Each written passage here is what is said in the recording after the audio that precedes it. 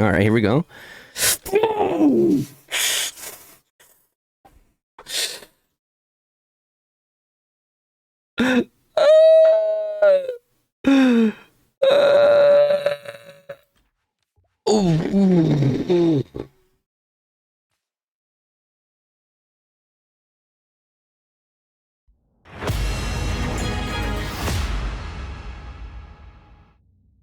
What is going on, guys? Your boy Guns here, and yes, I am alive. Okay, I am alive. I took a lot. I'm down. I was down to like 1 HP after last exemplar push. Shout out to Corrido for putting that bad juju on me. He hit me with the 11 months today. He's been a member for 11 months. So, you know, we'll let it slide. We'll let the bad luck slide. So. We are live on YouTube right now. Incoming fail. Look at you guys. Oh my god. Chat's on the screen now. Chat is on the screen. As you guys know, we've had a lot of people talking about the Grimoire Wish. We will be going for Neya. Okay, and I do have a little extra nugget for you guys towards the end. Once we finish doing our Grimoire wishes, I have done testing with maxed out Neya, guys. Yes, awakened, 6-star, bada bing, bada boom, beep, bop. Okay, so we're hoping. I mean, there's a lot of good stuff in here, dude. Honestly, legendary Titan Metal 10. I might just go for everything. I'm not gonna lie, but we'll see how lucky we can get. Let's get started. Nonetheless, we got Neya selected, and you might be thinking, why Neya, right? Well, I am on this little thing called a cav journey. As a cav enthusiast, I am literally playing catch up. So, I mean, I did want to go for a Magro, but my Magro's already doing pretty good at 5551. Actually, not pretty good. He's doing absolutely amazing. He's actually probably one of the best 5551 investments that I've ever made, and he's only 4-starred too. So, we might end up 6-starring him later on once we awaken him. We'll see. But for now, we're starting off with Neya because, man, I just cannot wait to use her this upcoming season and see what happens. All right, let's go ahead and start off small. Guys. What if we get lucky and get all the wishes that we need? What if we get all the wishes that we need? We ready? We ready, chat? You waking Sybil today? Damn. What if come on, dude, just give me the 88. Oh, come on. Give me the 88 without spending a dime. Okay, bro, that's huge. That's actually pretty huge right there. This event is just the casino, and I'm going to be the winner. Oh, that's huge again, bro. Listen, that was crazy value right there, right? That was crazy value. I'm not going to lie. All right, let's start with the little $5. Bang. It's rigged. Check the odds. But once you get everything, can you get it? Can you hit the same thing twice? Whoa, what was that? I only got one wish for that? Wait. What was that? Oh, it takes... Wait, what? Wish costs more every time? What? What? It increases? Why did you guys tell me that? Bro, what the hell, dude? Bro, why did you guys tell me that? Oh, you guys are frying me. What? All right, it's okay. $20. We got this. All we need is our 88 heads, and we got this. Come on.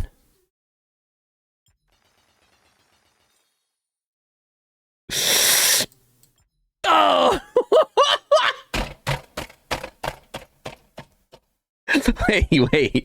Wait. Okay, the 50 and we're good. We got this time. Hold on. We got this. Come on.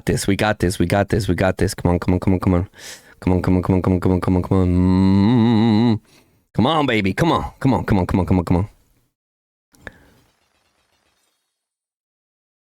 Last wish.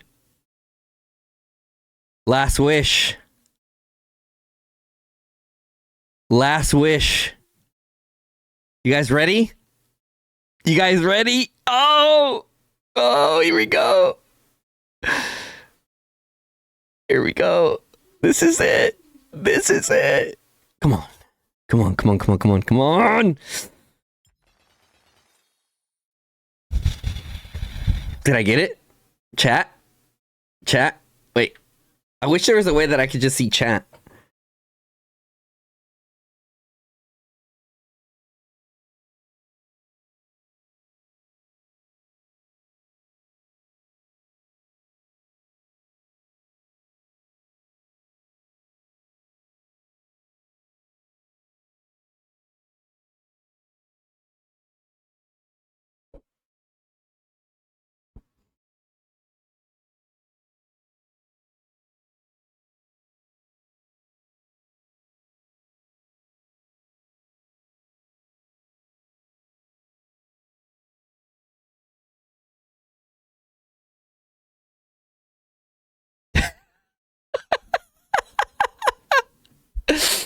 Dude, do we I mean, we might as well now, right? I mean, there's no going back now. There's no going back now. It is what it is. We get some good stuff out of this, though. Look at this. Legendary Lucky Medal 6, Legendary Medal 20. Like, we do get some pretty good stuff out of this, guys. You know what I'm saying? Like, it really does bring some value. All right, here we go.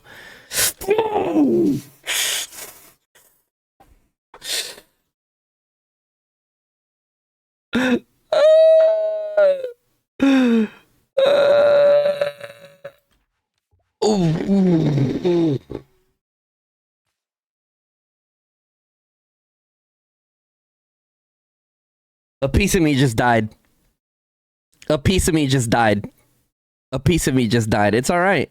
It's all right. We got this. We get 2 wishes left. Well, no, it's for sure. Yeah, now we just get it for sure. Like, what? Where's the excitement in this? Of course, the very last one. Dun, da, da, dun. Boom. Oh, now we're happy. Now we're happy. Now we're happy, right? All of a sudden. All of a sudden. Listen, that was good stuff, though, guys. Dead ass. Listen, for the 185, normally in the wheel, you can get like what? Like 90? You get like 90 heads, 90 to 110 heads, like total. You know, and here we got what? 30 heads, 32 plus 188. I'm not even going to try to do that math. That's like what? Like 115-ish, 111-ish, 1 something-ish. 7-day speed ups. We got a lot of, you know, we got 100 regen pots too. We got the 2000 CP. Not bad. Did the math. It's slightly better than the wheel with the guaranteed outcome. There you go. There you go. So it's not as big as a scam as everyone is saying it is, right? Obviously, some people get really lucky and you land into the 88. You know, at the end of the day, that's going to be up to us as players to decide if we want to play this. So anyways, let's go ahead and go over to Neya. Ooh, baby. I did it again. Okay, what do we want it to land on? Skill damage bonus 10%, HP bonus 10%, March speed bonus 10%. I kind of want March speed bonus, low key. Yeah, I kind of want it to land all in March speed bonus. I mean, anywhere it lands is nice. Anywhere it lands is nice. Let's see. Bang. Attack bonus. Okay, cool. You know, we can do a little 2 skis. Boom. Nice. Now we have her at 5522. Sheesh. Good old Neya. And like I said, guys, let me tell you guys, dude, this hero will be game changing. Game changing. Especially, I feel like it's going to be game changing, especially during shenanigan hours when it's late at night, you're bored with the homies and the friends in the Discord, and you're like, all right, everyone just bring out some Neyas. That, or it's going to start becoming a play as well with some war leads. Maybe they can try like a little Neya, like people are going to be like, yo, Neya up, everyone bring your Neyas. And then if you don't have Neya, you're going to be like, come Good luck, guys. Good luck. Right?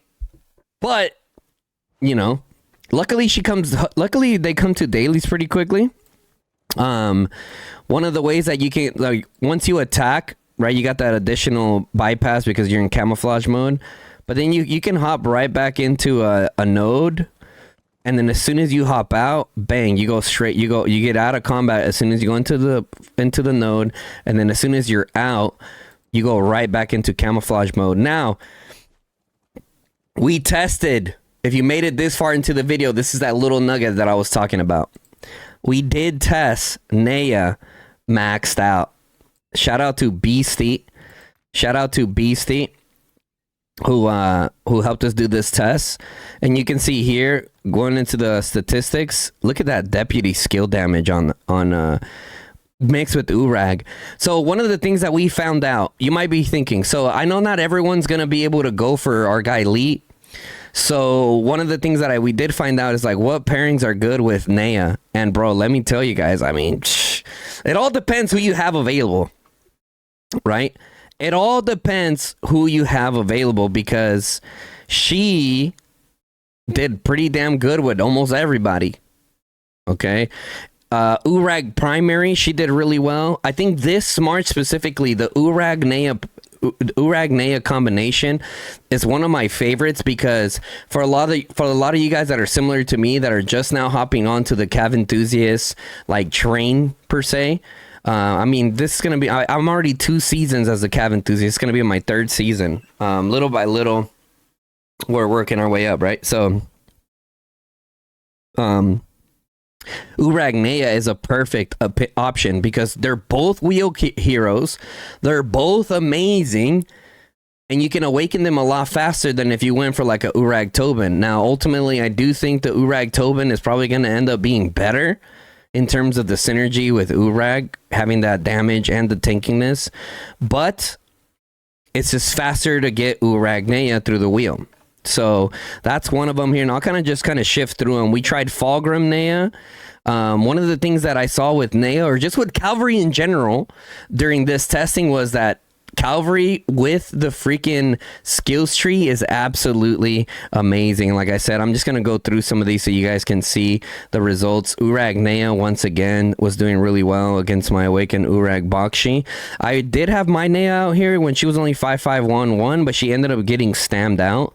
We tried even Neya Hosk. We tried a bunch of different things, right? For the sake of science, you know, we tried Neya Kanara, Neya Nika, Neya Hosk. Those definitely didn't do as well. We even did Ballhorn Neya.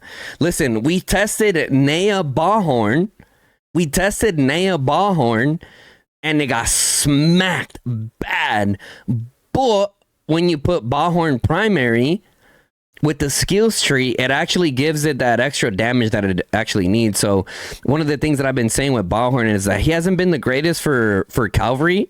However, if you put him as primary with the skills tree, he does decent. He's definitely not top tier, but he does decent. Especially for those of you guys that are mage mains and already decided to go for Ballhorn or flying chicken types or whatever.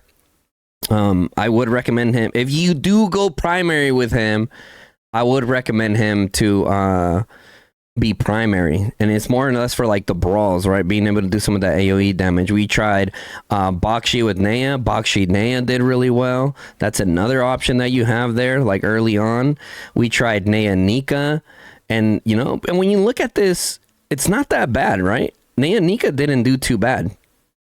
It was actually surprisingly pretty good. And I think it has to do with a combination of Nika's bruising and Neya's HP bypass. We even tried Neya Musheng. Neya Musheng slightly won, but it definitely didn't do as good as some of the other ones. And I think that we were talking about it in the live stream. Like, Musheng is not necessarily like a 1v1 hero, right? She excels the most out in the field when she's doing that healing and the AoE out in those Cav battles. We also tried Neya Theodore. Neya Theodore did decent, but we also did Theodore Neya. You guys see that difference? Check it out. Check out the difference. Neya primary, Theodore secondary, bang. But now you put Theodore primary with the skills tree, and it did really, really well. So that's what I'm telling you. That's what I was saying. I was like, I'm really reevaluating my entire like thought process when it comes to Calvary. I'm almost at that point, guys, where I'm going to be able to have two setups. One setup is going to be my assassin setup that I use to kind of just run around, pick off marches, targets of opportunity, not necessarily full send and just die. The second one is going to be the brawler build. This brawler build is going to consist of the cavalry heroes with the skills tree up front to do the most damage possible in these cavalry fights. As you guys can see, it's just been like Cavalry wars, cavalry and tank wars are becoming a lot more prominent in our KVK. So we're going to continue going down here so you guys can see once again, Theodore with Neya, just amazing. Did really well. That's actually something that I might do. And I know that there's a lot of people out there with the Theodore Neya or with Theodore trying to figure out a way to put him. If you're similar to me who awakened Theodore and you don't have Ferrando, we're really struggling to put Theodore with somebody. Alistar Theodore seems to be like the quote unquote tanky march that you kind of blink in and just that is what it is. But this kind of gives Theodore that option to be primary with Neya, especially once you get the new artifact. Once you get the new artifact, he's going to be even faster with Neya. So Jern says, didn't get as many merits as I wanted in this season with 43 million merits. Oh, poor you, Jern. You only got 43 million merits. That's great, bro. I mean, listen, you got high expectations, right? We even tried Neya Ferrando. Neya Ferrando did pretty well. If you see that. So, for example, we tried Neya Theodore. She won, but she was only left with like 7 or 8K. Neya Ferrando, for some reason, had a better synergy. Maybe some of you guys in the chat or in the comment section probably know why they have better synergy together. We tried Neya Kinara. It did decent. I mean, you can see like how good she is. I mean, the fact she's even winning against an Urag Bakshi combination is still impressive because you have a archer hero in there. You know what I mean? Like when you look at this on paper, you would think, yeah, probably not good, right? But they're doing decent. Neya Danfell also did decent. I'm just showing you guys all the different. Neya Tobin did decent. Neya Danfell again did decent. Neya Magro didn't do so well. Neya Tobin did decent once again. Neya Urag, decent once again. And then, yeah, I mean, she's just great, bro. Honestly, she's just flat out great. You can see that Neya Tobin again. So that's all the testing that we did there. We did do some testings with the new pet. With the Warhound, and I this is what I currently have for the Warhound. I know I'm giving you guys a lot during this video, but I mean, I'd rather just put this all into one video, kind of like a token of my gratitude for those of you guys that made it this far. And I'm gonna say, bro, at first I was not a Warhound believer. After testing it recently in the 1v1s that we did, it was doing pretty damn good. It was doing pretty damn good. It actually outperformed the Moon Bear that I had. It actually outperformed the Moon Bear that I have here. So, that was cool. I thought the Moon Bear was going to just outdo it. However, you know, the Warhound, I guess, just synergizes better. Granted, the Moon Bear is a great pet, but it is more for infantry, right? Because you get the 100% more damage when casted by Infantry Legion. But it is nonetheless still a really good versatile pet. So we got it here with the Warhound. So the Warhound's been good. This is the build that I am running. I actually got kind of lucky. You know, if I was a Cav main, I'd probably keep going, try to go for more, but we'll see. Ethan says, I've been keeping up with your Cav builds. I can never find your Danfield talent tree. If you could pop that up, right? Thanks, brother. I love the content. The Hound has the highest damage in the game when you play it against 2 targets, said Contius.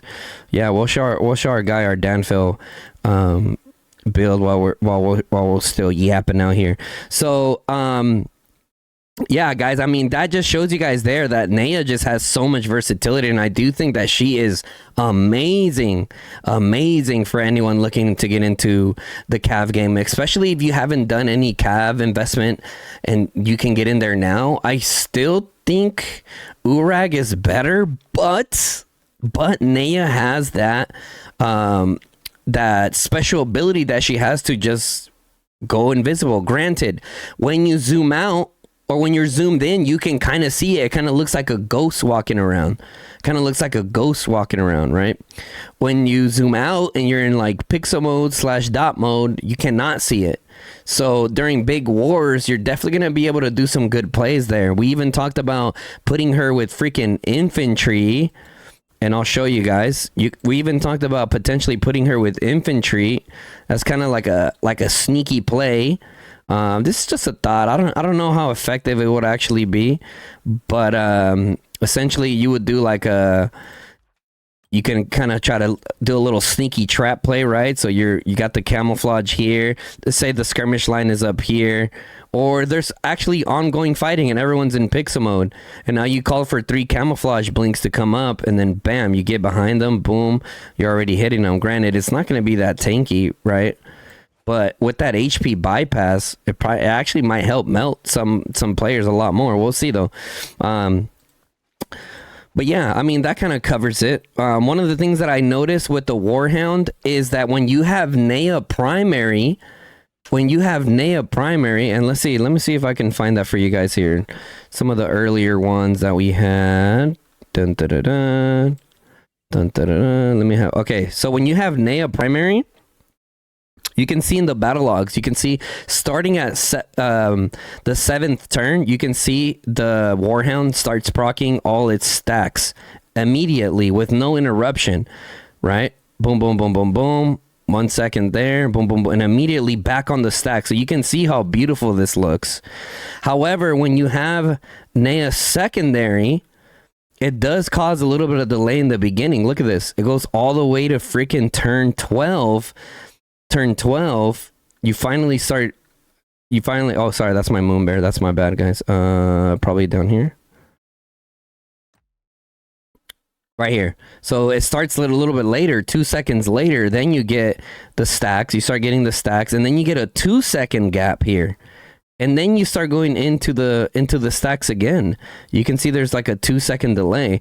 So as far as like the Warhound stacks, having her primary does allow to get more stacks. However, based off the testing that we have been doing, I do think our guy Lee is going to be the primary hero simply because of that skills tree.